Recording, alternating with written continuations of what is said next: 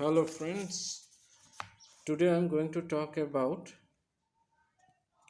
an important topic in probability and statistics, that is about joint multivariate distributions, in particular bivariate distributions. Bivariate distributions refer to the joint probability distribution of two random variables. For example, when you are studying the distribution of two quantities together, say height and weight. Suppose x denotes the height of a person and weight and w denotes the weight. The data would then consist of pairs. For each individual, you will have a height, you will have a weight. So the data will look like in pairs, and based on that data, we would try to fit some model, and the probability model here would be a joint distribution of two variables.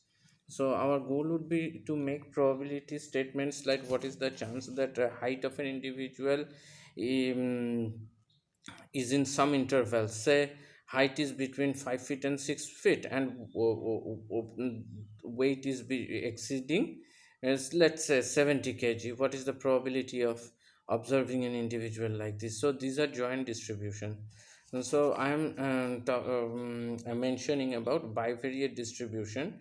To start with, let us assume that both x and y are two discrete random variables, and then they have a joint mass function.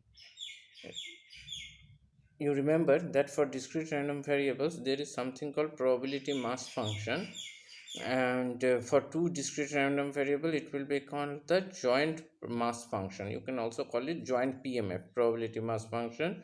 So it is the so give me any two numbers x and y. So these fxy will denote probability x equal to x, y equal to y.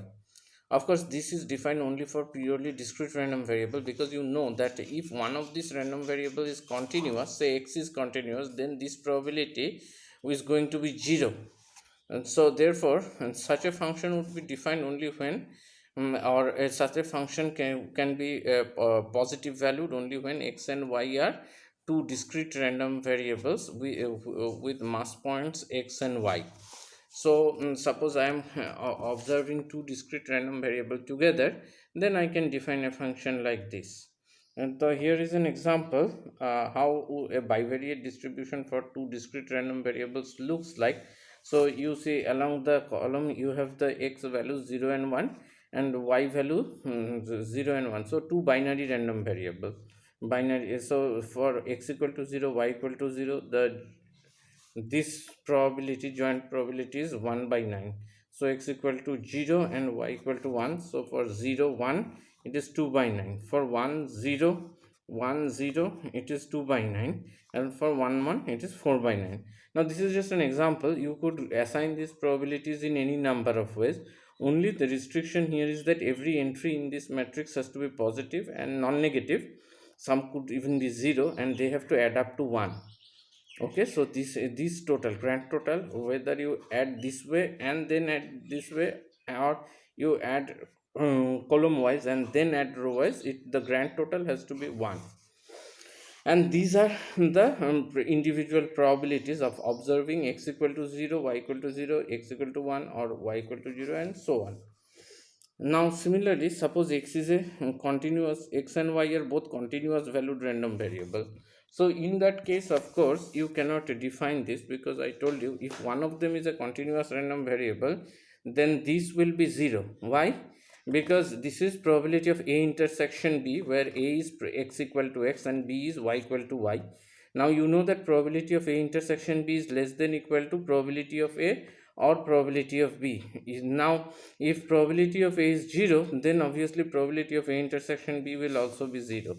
So by that logic, if one of them is continuous, then you cannot define this joint mass function. I mean, you can define it, but the value will be always 0. So for this joint mass function, both x and y has to be in discrete random variables. And if I have two continuous random variables, then I can define the joint distribution using a non-negative valued function, which I am again denoting by little fxy. This is the joint density function. It satisfies the property that this is number one non-negative valued for any pairs of x and y. Second, integration is 1 over x and y, and if you integrate this, so we if we integrate this function over any region a is a subset of the xy plane, then this will be the probability that xy is in this region a. And the concept remains similar for as in the univariate case, that is density is a non-negative valued function. Here integration is 1, and integrating the density you compute probabilities. Only difference is that the integrals here are